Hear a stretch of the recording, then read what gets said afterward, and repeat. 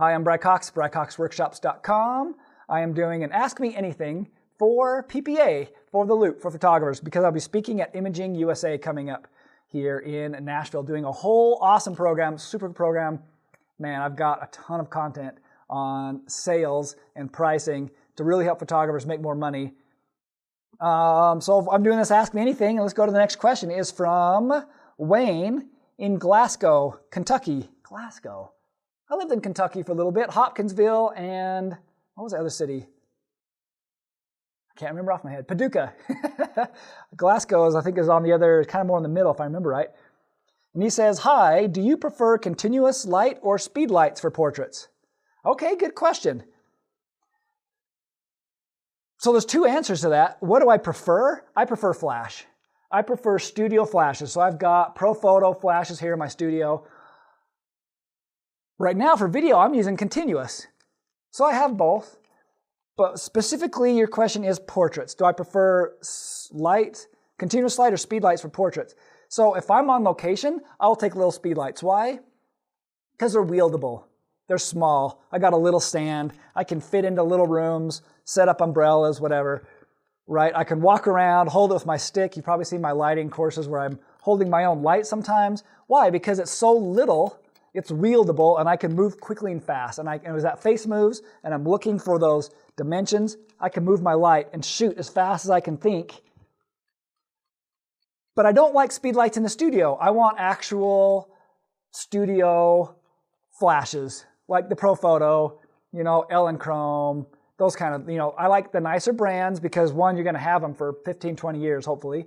And they're not gonna, these great brands aren't gonna break, and they're also, you're gonna get really consistent color temperature and really consistent exposure. So when do I use continuous? Or why would I use that over continuous? So continuous isn't very bright. Yeah, it's brighter than just if I turn the lights on. So here's my ambient. If I just turn my lights on, maybe it's this bright. Continuous is gonna be a little bit brighter, not much. So that's handy for video. But that means my exposure is way down here for most things. That means my f-stops, my shutter, my ISO is all compromised because I only have this much space to work. With a flash, I can go as bright as I want, and I can come down as low as I want. So I have full control of that light. So I like flashes for that reason, whether they be studio, the big industrial studio kind of flashes like these Pro Photos, or whether they're the little speed lights. They may not get as bright, but I have a lot more control outside with those or on location because they're variable in brightness. A lot more so than continuous. So yeah, continuous has their place. I like them for video particularly. But really, and here's the nice thing about continuous. You don't have to think about too much because what you see is what you get, right? So it's kind of a nice place to start, but I wouldn't put too much money into that. I would make sure you're seeing that as a stepping stone to bigger stuff so that so if you get bigger jobs, more important jobs, higher paying jobs, you need to be able to go in there and run that camera and run some lights like flashes and be able to really handle it like a pro.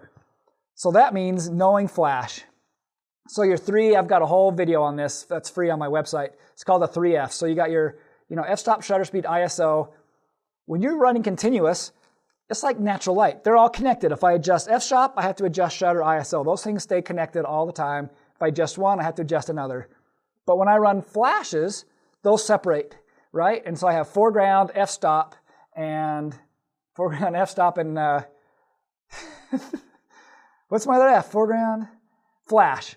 Flash, f-stop, and foreground. So my flash and my f-stop will control my foreground. Shutter speed will then control my background. So those break apart, which means I can adjust my shutter speed and not affect my foreground, and I can adjust my f-stop and not affect my background.